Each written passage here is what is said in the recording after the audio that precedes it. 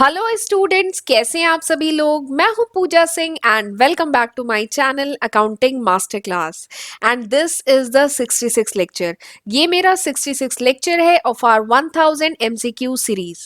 And आज इस video में हम डिस्कस करने वाले हैं multiple choice question on the subject international business. तो अगर आप किसी भी कॉम्पिटिटिव एग्जाम की तैयारी कर रहे हैं जिसमें international business as a subject है, तो उस केस में ये वीडियो लेक्चर आपके लिए काफ़ी यूजफुल है। तो ज़रूर इसका फ़ायदा उठाइएगा। और लेक्चर स्टार्ट करने से पहले मैं एक बात और कहना चाहूँगी, जो आप मेरे ख्याल से मेरी आवाज़ से समझ गए होंगे कि मेरा गला बहुत बैठा हुआ है इस समय। तो आज आपको थोड़ा सा मेरी वॉइस के साथ मैनेज करना होगा। हेडफोन लगा के ये लेक्चर सुनिएगा, ठीक है, तभी वॉइस आपको क्लियर आएगी। क्योंकि मैं ऑलरेडी बहुत प्रेशर लगा के तेज आवाज में बोल रही हूँ, अब इससे ज्यादा तेज मैं बोल नहीं सकती। ठीक है, तो थोड़ा सा आज मैनेज कर लीजिएगा। इस लेक्चर में आपको मैनेज करना है, हेडफोन लगा के इस वीडियो को सुनिएगा। ठीक है, तो चलिए फिर बिना टाइम वेस्ट किए हम आज का वीडियो लेक्चर स्टार्ट करते हैं।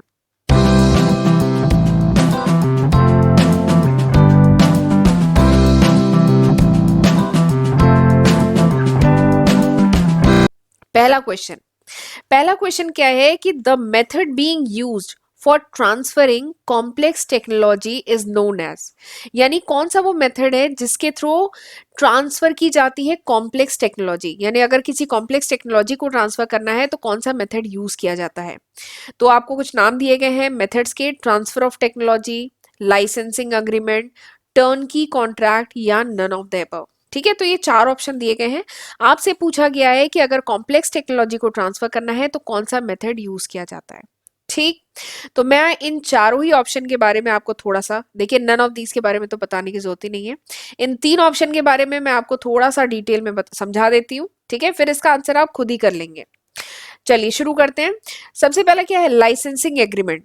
तो लाइसेंसिंग अग्रीमेंट क्या होता है? तो ये एक टाइप का कॉन्ट्रैक्ट होता है दो पार्टीज के बीच में। ठीक है, लाइसेंसिंग अग्रीमेंट क्या है? एक टाइप का कॉन्ट्रैक्ट है दो पार्टीज के बीच में, जिसमें एक होता है लाइसेंसर, ठीक है, और एक होता है लाइसेंसी।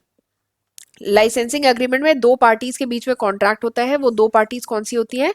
लाइसेंसर एंड लाइसेंसी। ठीक है, जिसमें जो लाइसेंसर होता है वो ग्रांट करता है लाइसेंसी को राइट।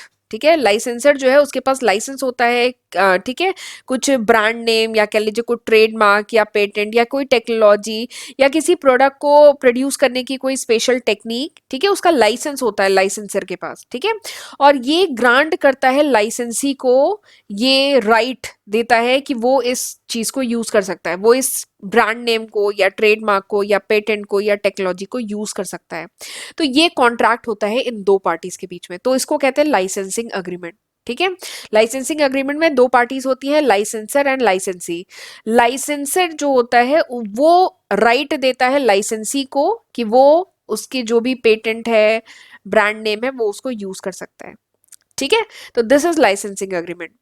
अगला क्या है? अगला है टीटी। इसको कहते हैं या तो टीटी कहते हैं या इसको टीओटी कहते हैं।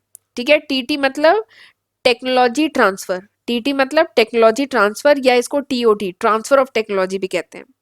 तो खैर ये तो नाम से ही समझ में आ रहा है, ट्रांसफर ऑफ टेक्नोलॉजी, यानी ये प्रोसेस है जिसके तहत टेक्नोलॉजी ट्रांसफर की जाती है। ठीक है, किसी पर्सन, किसी ऑर्गेनाइजेशन जो उस टेक्नोलॉजी को होल्ड करता है, ठीक है, जो उस टेक्नोलॉजी को ओन करता है, उससे ये टेक्नोलॉजी दूसरे पर्सन, कोई पर्सन या ऑर्गेनाइजेशन जो उस टेक्नोलॉजी को होल्ड करते हैं, जो उस टेक्नोलॉजी को ओन करते हैं, उनसे ये टेक्नोलॉजी क्या है, दूसरे पर्सन या दूसरे ऑर्गेनाइजेशन को जब ट्रांसफर की जाती है, उसका जो प्रोसेस होता है ना, उसी को कहा जाता है टेक्नोलॉजी ट्रांसफर।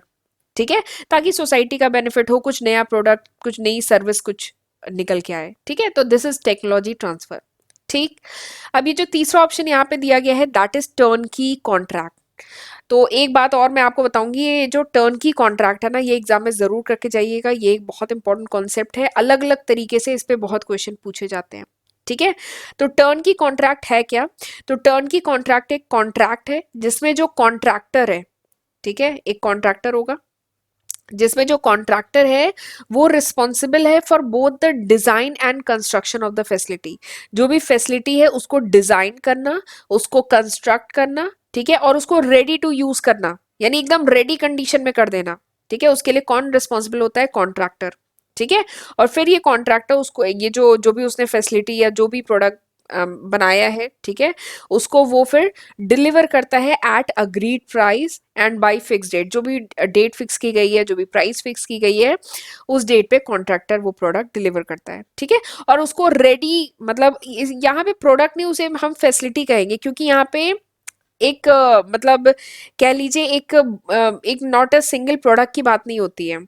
टर्न की कॉन्ट्रैक्ट में जो कॉन्ट्रैक्ट होता है, कॉन्ट्रैक्टर और जो दूसरी पार्टी है उसके बीच में जो कॉन्ट्रैक्ट होता है, यहाँ पे कॉन्ट्रैक्टर रेडी टू यूज कोई भी टेक्नोलॉजी जो रेडी टू यूज हो, कोई प्लांट जो रेडी टू यूज हो, कोई मशीनरी जो रेडी टू यूज हो, वो करके देता है, ठीक है, at fix price and at fix date, ठीक है। तो ऐसे जो कॉन्ट्रैक्ट होते हैं उन्हें टर्न की कॉन्ट्रैक्ट कहा जाता है। और बहुत क्वेश्चन इस पे पूछे जाते हैं। और ये जो टर्न की कॉन्ट्रैक्ट होते हैं, इसकी खास बात पता है क्या है, कि जो कॉम्प्लेक्स टेक्नोलॉजी है, ठीक है, उसको जब ट्रांसफर करना होता है तो उनमें जनरली ये कॉन्ट्रैक्ट यूज किए जाते हैं, टर्न की कॉन्ट्रैक्ट, क्योंकि यहाँ पे जो टेक्नोलॉजी है वो बहुत कॉम्प्लेक्स है। यहाँ पे केवल कॉन्ट्रैक्टर जो होता है वही कह लीजिए वो मशीनरी या वो फैसिलिटी डेवलप कर सकता है, और फिर रेडी कंडीशन में वो फिर दूसरी पार्टी को वो प्रोडक्ट देता है, ठीक है। तो इसको कहते हैं टर्न की कॉन्ट्रैक्ट। तो अब मेरे ख्याल से आपको मैंने तीनों ऑप्शन बता दिया है, तो अब आप आंसर कर सकते हैं कि for transferring the complex technology, अगर कोई कॉम्प्लेक्स टेक्नोलॉजी है, कोई कॉम्प्लेक्स प्रोडक्ट है, फैसिलिटी है, कोई कॉम्प्लेक्स मशीनरी है, वो अगर ट्रांसफर करना है तो किस मेथड को यूज किया जाता है, टर्न की कॉन्ट्रैक्ट, क्योंकि यहाँ पे रेडी टू यूज, एकदम रेडी कंडीशन में कॉन्ट्रैक्टर प्रोडक्ट डिलीवर करता है, ठीक है। तो दिस इज, यानी यहाँ पे कौन सा ऑप्शन सही है, option C is the correct answer, ठीक। चलिए आगे बढ़ते हैं। अगला क्वेश्चन क्या है, what is the full form of DFES। International business के रिस्पेक्ट में आपको बताना है कि जो DFES है इसका फुल फॉर्म क्या है, या DFES स्टैंड्स फॉर, ये किस इसका मतलब क्या है। तो चार ऑप्शन दिए गए हैं। पहला है direct foreign exchange control, next is direct finance exchange control, next is duty free export credit, next is duty free exchange credit, ठीक है। तो ये आपको चार ऑप्शन दिए गए हैं। तो आपको बताना है कि DFEC इंटरनेशनल बिजनेस के रिस्पेक्ट में इसका मतलब क्या है। तो बता दूं, ये जो DFEC ये क्या है, this is duty free export credit, ठीक है। इसका फुल फॉर्म क्या है, ड्यूटी फ्री एक्सपोर्ट क्रेडिट, ठीक है, credit sorry, duty free export credit. तो इसका मतलब क्या होता है, देखिए ड्यूटी फ्री का क्या मतलब है। सबसे पहले देखिए ड्यूटी मतलब तो आप जानते होंगे, ड्यूटी कह लीजिए चाहे टैरिफ कह लीजिए, ये क्या होता है, ये एक तरीके का टैक्स है जो गवर्नमेंट इम्पोज करती है ऑन इम्पोर्टेड गुड्स, ठीक है। यानी अगर आप कोई बाहर से कोई प्रोडक्ट इंपोर्ट करते हैं, इंडिया में मंगाते हैं, कोई प्रोडक्ट इंपोर्ट करते हैं, तो उस पर जो भी टैक्स लगता है, ठीक है, जो भी गवर्नमेंट टैक्स लगाती है उसी को क्या कहते हैं, उसको कहते हैं ड्यूटी, या इसको टैरिफ कहा जाता है, ठीक है। तो ड्यूटी फ्री एक्सपोर्ट क्रेडिट क्या है, ड्यूटी फ्री एक्सपोर्ट क्रेडिट मतलब अगर सपोज करिए कोई मैन्युफैक्चरर है, उसको जो भी प्रोडक्ट बनाना है उसके लिए जो भी इनपुट चाहिए, ठीक है, जो भी प्रोडक्ट बनाने के लिए जो इनपुट चाहिए, वो अगर बाहर से इंपोर्ट किया जा रहा है तो उस पर टैक्स नहीं लगेगा, ठीक है, वो क्या रहेगा, ड्यूटी फ्री। तो वही ये कॉन्सेप्ट है, ड्यूटी फ्री एक्सपोर्ट क्रेडिट, ठीक है। Duty free export credit enable करता है duty free import of input, यानी जो भी इनपुट, जो भी रॉ मटेरियल वगैरह या जो भी इनपुट लग रहा है जो बाहर से इंपोर्ट किया जा रहा है, that would be duty free, ठीक है। अगर वो जो इनपुट है वो अगर किसी मेन प्रोडक्ट को बनाने में यूज हो रहा है तो, ठीक है। और ये जो DFEC की ये जो कॉन्सेप्ट है ये हर प्रोडक्ट पे एप्लीकेबल नहीं है, केवल कुछ स्पेसिफिक टाइप ऑफ गुड्स ही हैं जो अगर इंडिया में बनते हैं, कुछ स्पेसिफिक टाइप के गुड्स अगर इंडिया में बनते हैं तो उनके लिए अगर रॉ मटेरियल जो भी इनपुट है वो अगर बाहर से इंपोर्ट किया जा रहा है तो उस केस में that would be duty free, वो ड्यूटी फ्री होगा। तो उसी कॉन्सेप्ट को कहा जाता है ड्यूटी फ्री एक्सपोर्ट क्रेडिट, बहुत इंपॉर्टेंट कॉन्सेप्ट है, ठीक है। तो अब मेरे ख्याल से आंसर आपको मिल गया है, कौन सा आंसर सही है, option C is the correct answer, duty free export credit, ठीक। चलिए आगे बढ़ते हैं। अच्छा, आगे बढ़ने से पहले एक बार आप देख लीजिए, वीडियो को पॉज कर लीजिए और देख लीजिए कि this is the list of subject जो मैं आज की तारीख यानी अगस्त 2022 तक अपने चैनल पे अपलोड कर चुकी हूँ। अगर वीडियो कुछ समय बाद देख रहे हैं, कुछ महीने बाद, कुछ साल बाद देख रहे हैं, तो होपफुली मैं इसमें काफ़ी न्यू सब्जेक्ट इंक्लूड कर चुकी होंगी। ये अभी तक है अगस्त 2022 तक। 500 से भी ज़्यादा वीडियो लेक्चर्स मेरे चैनल पे आज की तारीख तक हैं। ठीक है, और ये सब पॉसिबल हो पाया है just because of your support. आप मेरे चैनल को इसी तरीके से प्यार करते रहिए, सपोर्ट करते रहिए, और मैं भी नए नए सब्जेक्ट, नए नए कॉन्सेप्ट पे वीडियो लाती रहूंगी। ठीक है, और आपके सपोर्ट की वजह से आज मेरा चैनल 1 लाख सब्सक्राइबर का जो लेवल है वो टच कर पाया है। ठीक है, तो बस ऐसे ही सपोर्ट बनाए रखिए और प्लीज़ मेरे चैनल को भी सब्सक्राइब ज़रूर किया करिए। मैं एनालिटिक्स में देख रही थी, केवल 30% स्टूडेंट मेरे चैनल को मतलब सब्सक्राइब करते हैं। ठीक है, तो आप लोगों से केवल एक यही रिक्वेस्ट है कि हम लोग सोचिए आपसे मतलब मॉनेटरी टर्म में भी कुछ नहीं ले रहे हैं। ठीक है, आप लोगों के कितने बच्चे मुझे कमेंट में लिखते हैं कि मैम हम आपसे पढ़ते हैं, हम कोई ट्यूशन नहीं लगाते। सोचिए आपका कोई मतलब कुछ भी, इवन आपका बेनिफिट ही हो रहा है इस चैनल से, आपका कोई लॉस नहीं हो रहा है। ठीक है, तो आपसे हमें केवल यही सपोर्ट चाहिए कि आप मतलब 1 मिनट का समय निकाल के हमारे चैनल को लाइक कर सकते हैं, कुछ नया सीखा तो लाइक कर सकते हैं, शेयर कर सकते हैं अपने फ्रेंड्स के साथ, ताकि आप तो पढ़ ही रहे हैं, आपके फ्रेंड्स भी पढ़ सकें।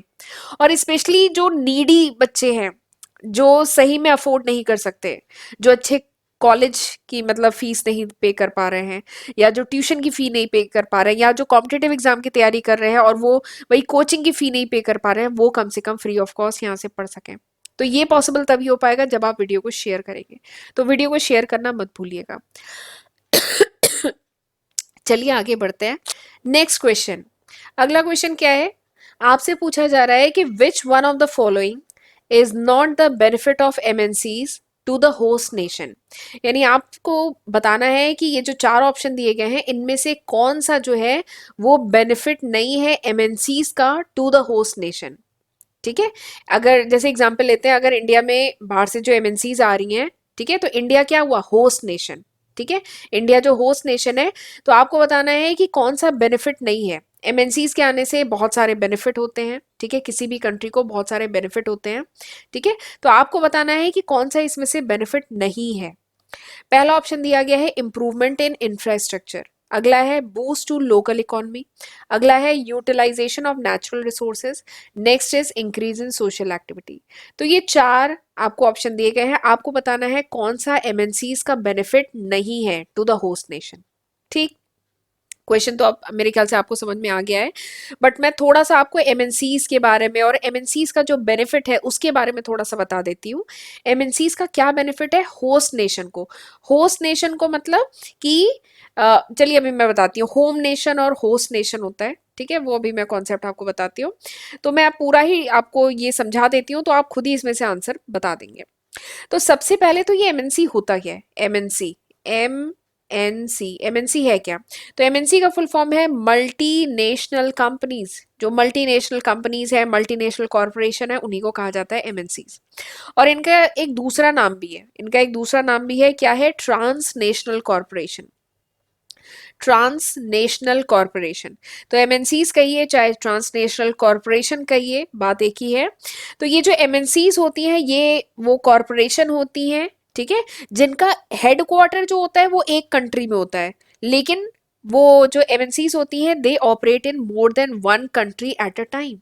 ठीक है, जो एमएनसीज होती हैं इनका हेडक्वार्टर एक कंट्री में होगा, किसी एक कंट्री में हेडक्वार्टर होगा, लेकिन ये बाहर दूसरी कंट्रीज में भी ऑपरेट कर रही होती है, इनके ऑपरेशन हो रहे होते हैं, तो इन्हें कहा जाता है एमएनसीज। ठीक है, हेडक्वार्टर किसी एक कंट्री में होगा, लेकिन ये होली या पार्शली ओन्ड सब्सिडरी कंपनी के रूप में दूसरी कंट्रीज में भी काम कर रही होंगी, तो उन्हें कहा जाता है एमएनसीज, मल्टी नेशनल कॉरपोरेशन। ठीक है, अब जो एमएनसीज होती हैं उनका बहुत ज़्यादा कह लीजिए बहुत पॉजिटिव इम्पैक्ट पड़ता है किसी भी होस्ट कंट्री पे। होस्ट कंट्री मतलब जैसे ये एमएनसी है, इसका हेडक्वार्टर अगर किसी कंट्री एक्स में है, तो ये क्या होगा? Home country. ठीक है, होम कंट्री, क्योंकि हेडक्वार्टर यहाँ पे है। लेकिन होस्ट कंट्री क्या है? अगर ये कंट्री वाई में ये ऑपरेट कर रही है, कंट्री जेड में ऑपरेट कर रही है, कंट्री पी में ऑपरेट कर रही है, कंट्री क्यू में ऑपरेट कर रही है, तो ये सब क्या है? Host country. ये सब होस्ट कंट्रीज हैं। तो एमएनसीज का बेनिफिट होस्ट कंट्री को क्या होता है, इस पे क्वेश्चन है कि इनमें से कौन सा बेनिफिट नहीं है। तो एमएनसीज के ऑपरेशन के कारण होस्ट कंट्री को बहुत सारे फायदे होते हैं। सबसे पहला फायदा क्या है, जॉब क्रिएशन, जॉब क्रिएट होती है। ठीक है, जो भी लोकल इकोनॉमी में जो भी लोकल इकोनॉमी है वो क्या होती है, बूस्ट होती है। वहाँ की इकोनॉमी बूस्ट होती है, फैक्ट्री लगेगी, सेटअप लगेगा, कितने लोगों को एम्प्लॉयमेंट मिलेगा। ठीक है, इकोनॉमी बूस्ट होगी। अगला बेनिफिट क्या होता है, टैक्स रेवेन्यू, गवर्नमेंट जो लोकल गवर्नमेंट है, जो वहाँ की गवर्नमेंट है, उसका टैक्स रेवेन्यू भी बढ़ेगा। ठीक है, लोगों में नई स्किल, लोगों को सीखने की, वहाँ की जो पॉपुलेशन है वहाँ उन लोगों को नई स्किल, नई टेक्नोलॉजी सीखने को मिलेगा।